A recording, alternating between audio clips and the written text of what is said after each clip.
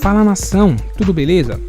Antes de começar o vídeo, queria só pedir a vocês que curtem o nosso conteúdo, que façam algo bem importante que vai nos ajudar muito, que seria se inscrever em nosso canal, ativar o sino para não perder nenhuma novidade, deixarem um like para o YouTube entender que vocês curtiram o vídeo e querem continuar recebendo conteúdo como esse, e por fim, que vocês comentem também o que vocês acharam.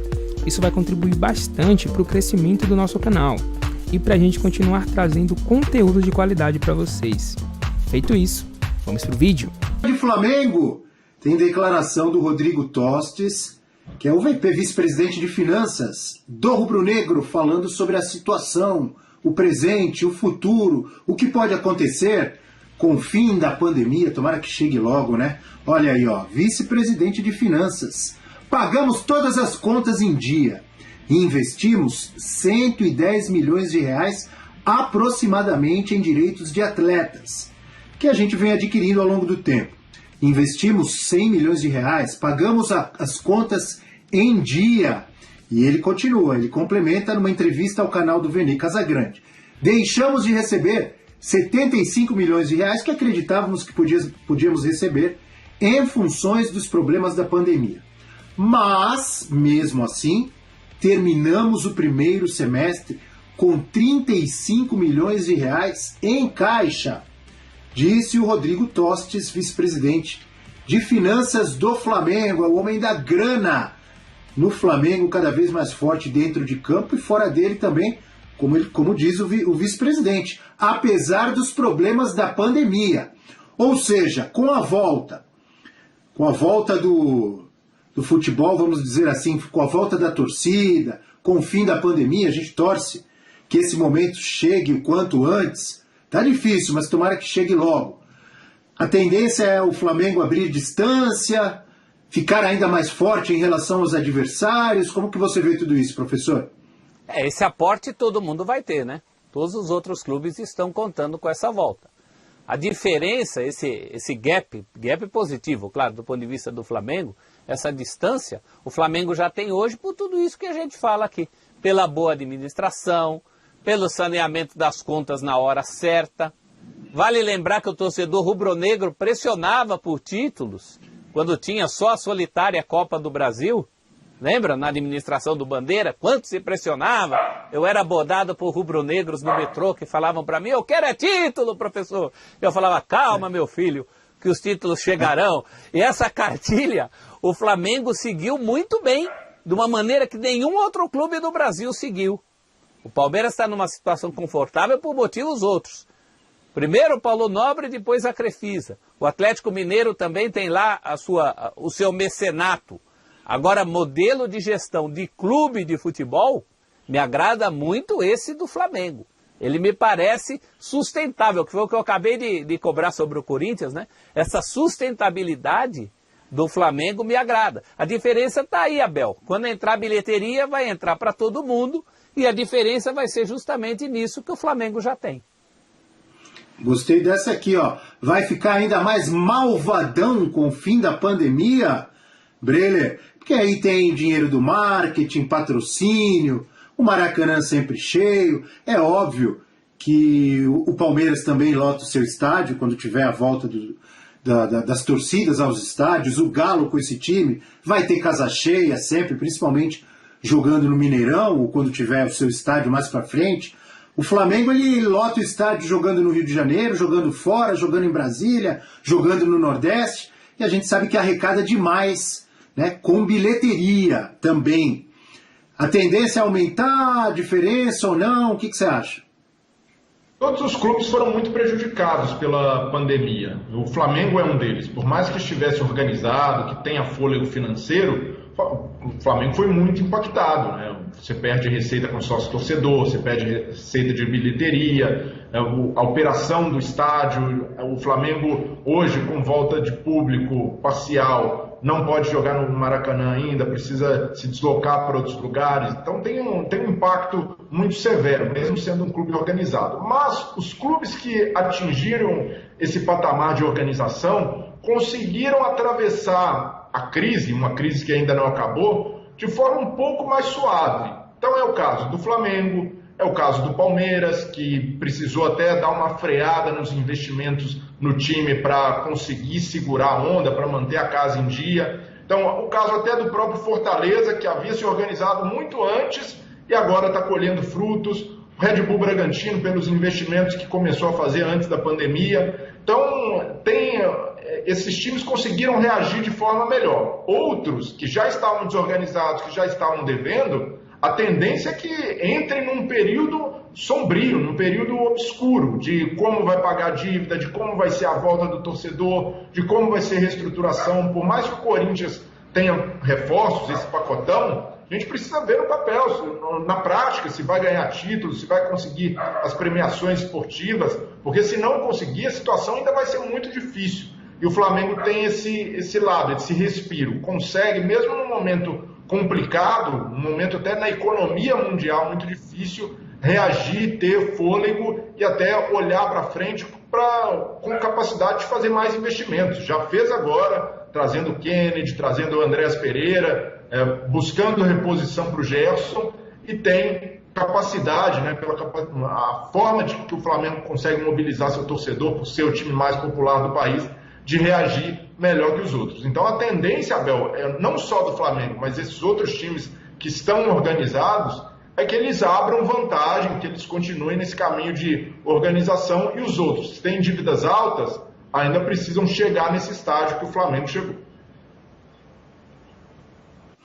Quem tem a possibilidade, na sua visão, professor, de seguir aumentando, vamos dizer assim, o nível econômico, de melhorar, não só na parte de finanças, de marketing, enfim, com a volta, com o fim da pandemia, vamos dizer assim, além do Flamengo? Aqueles que têm os times mais atrativos, né, Abel e Breler? De cara, Palmeiras e Atlético Mineiro, são estrelas do futebol brasileiro hoje. O Corinthians tem um grande potencial, né? Só a expectativa que está se criando em cima do Corinthians, de tanto que se fala. Imagina isso aí em público. E a presença na arena é fantástica, né? O Corinthians com times competitivos na arena, realmente, ele só não se paga porque vai tudo para o estádio. Mas nos últimos anos, mesmo com times menos atrativos, chamou muito público. Então são esses, é quem tem espetáculo para oferecer. Quem tiver espetáculo para oferecer vai largar na frente nesse sentido. Eu acho que são esses times já consolidados, Atlético e Palmeiras, fora o Flamengo, e aí o Corinthians como um emergente. Acho que são os times que geram maiores expectativas nesse momento, nessa largada de volta de público ao estádio. Você acha, professor, que o Flamengo tem feito mais diferença dentro ou fora de campo, ou nos dois? Porque nos últimos anos é o time mais vencedor, com 2 brasileiros, uma Libertadores. É óbvio que tem o Palmeiras com uma Libertadores e uma Copa do Brasil, o Galo tentando voltar aos grandes títulos, o Corinthians se reforçando. Mas ali, se a gente analisar os títulos, futebol, o Flamengo tem se destacado. Mas mais dentro ou fora de campo? Uma coisa é reflexo da outra. Eu acho até que houve um cronograma em relação ao Flamengo. Houve um primeiro momento de saneamento das dívidas, e aí também muita grita, muita pressão, mas o Flamengo aguentou esse cronograma melhor do que o Corinthians, por exemplo. O Corinthians não segurou essa barra que o Flamengo segurou. Tá certo que o time do Flamengo não era tão ruim como o time que o Corinthians tinha num primeiro momento. Mas o Corinthians, por exemplo, não segurou. O Flamengo não. O Flamengo fez um cronograma. Eu vou primeiro enxugar tudo aqui, tanto que as grandes conquistas nem vêm na administração Bandeira, né? Ou do grupo do Bandeira. Eu não sou um personalista do bandeirismo, não acho que o Bandeira é o Salvador, mas aquela ideia é interessante, foi uma ideia da qual o Flamengo não abriu mão. Então uma coisa é consequência da outra, Abel. Hoje, claro que sobra mesmo é em campo, mas está sobrando em campo porque lá atrás prestou uma atenção nas planilhinhas que, sinceramente, até hoje no futebol brasileiro, eu nunca vi nenhum outro clube fazer isso. Nem antes do Flamengo e nem depois. É um modelo que eu gostaria de ver replicado em outros clubes do Brasil. Você citou o Corinthians, eu tenho a impressão que no caso do Flamengo foi mais planejado tudo o que aconteceu. Sem dúvida. No Corinthians foi mais forçado ali, os caras se viram. Mas embora a dívida aumentando, né? Se me permite, o Flamengo planejou porque tinha essa necessidade, né, Abel? O Flamengo claro. há décadas era conhecido como time que não pagava. Vamos falar a verdade. Vários eram conhecidos, mas o Flamengo, durante muitos anos, inspirou até a famosa frase do Vampeta, né? Eu finjo que jogo, eles fingem que pagam. Então houve o planejamento do Flamengo, sem dúvida, mas movido por uma necessidade quase histórica. O que você acha, Breyer? Tá fazendo a diferença mais dentro ou fora de campo? Então, uma coisa está ligada à outra, Abel. Só faz o que acontece no campo nada mais é do que fruto de gestão, de escolhas políticas, de escolhas econômicas e do caminho que o Flamengo resolveu seguir e hoje colhe os frutos. Muito torcedor de outros clubes deve olhar e falar: poxa, mas o Flamengo ainda tem dívida, olha lá o tamanho, tem mais de 600 milhões de reais para pagar, mas quando a gente pega esse bolo da dívida e destrincha, são dívidas de um prazo mais alongado, que o Flamengo consegue equacionar dentro da sua receita, a receita também é alta, compatível com o tamanho da dívida. Então o Flamengo se reestruturou a ponto em que tem uma dívida alta ainda pelos patamares do futebol brasileiro, permite tranquilidade para pagar e continuar trazendo reforços, continuar mantendo salários em dia. Então, esse é o ponto. Um clube não precisa zerar a dívida de um dia para o outro. A diretoria do Corinthians argumenta isso, que não vai zerar esse débito do nada. Mas em algum momento precisa reduzir. E é isso que não está acontecendo no caso do Corinthians. Não consegue baixar desse patamar. Aí fica muito difícil, porque você tem credor batendo na porta todo dia. E isso deixou de acontecer no Flamengo. O Flamengo hoje, quando tem um processo trabalhista, consegue sentar, negociar e jogar para frente. E isso vai continuar acontecendo. É normal, as contas de um clube de futebol dificilmente vão ficar todas em dia. A gente vê isso fora do país também. Mas quando você consegue organizar, consegue ter credibilidade no mercado, as coisas ficam mais fáceis. E entendo que para um clube como o Flamengo, com a torcida que tem, a capacidade de mobilização, os ganhos de televisão, é mais fácil se reestruturar, assim como seria para o Corinthians. O Corinthians também tem esse potencial. Mas também é possível que clubes de menor porte consigam seguir o mesmo caminho, de fazer um pequeno sacrifício, mas ser mais eficiente no gasto do dinheiro. E a gente tem visto exemplos do futebol brasileiro, Fortaleza, Bahia, Atlético Paranaense. Então não precisa, o Flamengo só se reestruturou porque é grande e popular. Não é por aí, teve também uma escolha política que outros clubes também estão fazendo. E esses clubes, em breve, vão colher os frutos, e quem deixar de fazer, de alguma maneira, vai ser penalizado no futuro de alguma maneira. E a conta um dia chega, isso daí não é inevitável agora. Eu pelo menos vejo um Flamengo crescendo cada vez mais como elenco. A gente sabe que o time é fortíssimo. Desde 2019, cresceu demais com a conquista de títulos. Mas a partir do momento que jogadores antes muito criticados, que não vinham rendendo bem, por isso eram criticados, começam a jogar, a desempenhar, como o Michael, o Vitinho, o Thiago Maia recuperado de lesão, voltando a jogar bem, os próprios zagueiros também, Gustavo Henrique, Léo Pereira, e o Flamengo ainda buscando reforços lá fora, como o Kennedy e o Andrés Pereira, né? A gente vê o Flamengo crescendo ali no geral, dentro de campo. Agora eu estou falando especificamente da parte de campo, que na semana passada, mesmo no início dessa semana, eu dizia, continuo achando, um Palmeiras com mais peças de reposição, e o próprio Atlético Mineiro com mais peças de reposição para manter o nível quando os titulares não estiverem bem ou forem convocados, ou problemas de lesão, de suspensões que acontecem em todos os times.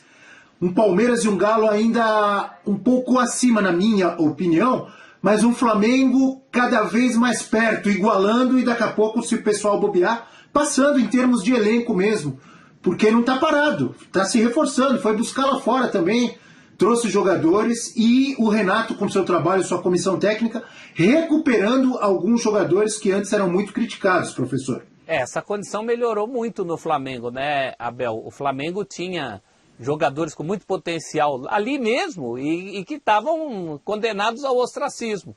O Michael chegou perto disso, o Vitinho chegou perto disso. Os zagueiros, que eu sempre falei aqui, que antes de sair doidamente atrás de mais zagueiro, mais zagueiro, mais zagueiro, o Flamengo precisava dar um destino aos zagueiros onde ele tinha investido muito, no caso Léo Pereira e Gustavo Henrique. ou esses caras eram úteis para o Flamengo, ou o Flamengo precisaria negociá-los para trazer novos zagueiros.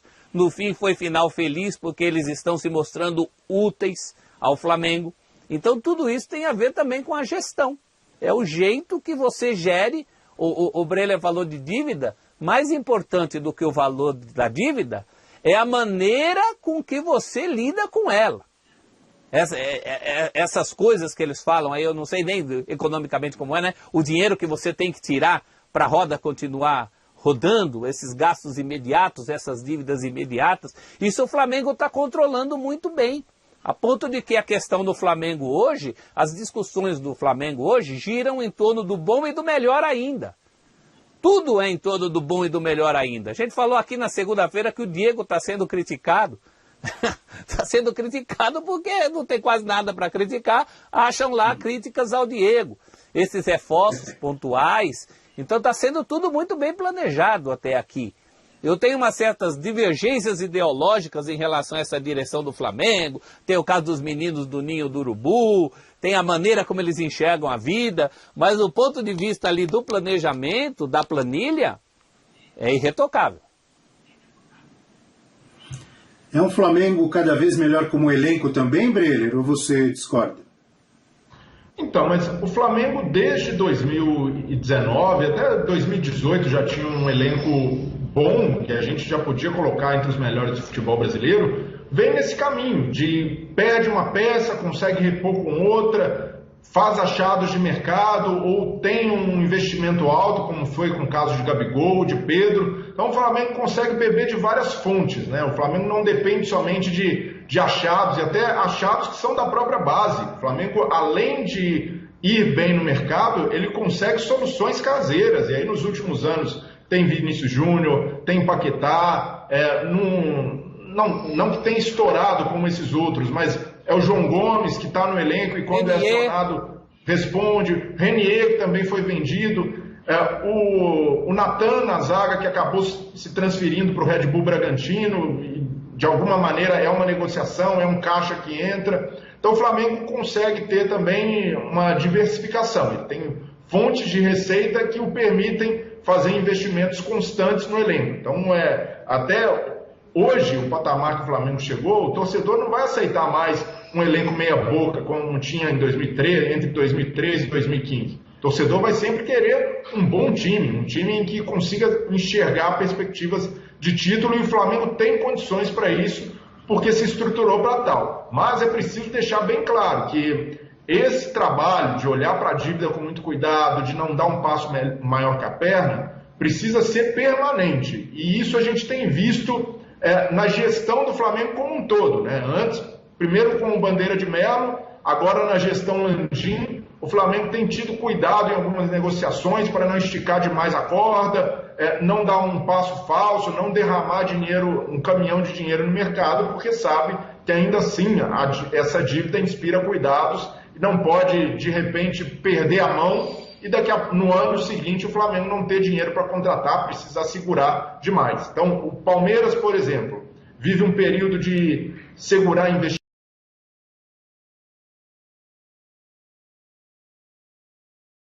E foi isso, meus queridos amigos. Se você gostou deste vídeo, deixa o like, comenta, se inscreve e ativa as notificações. E nos vemos no próximo vídeo.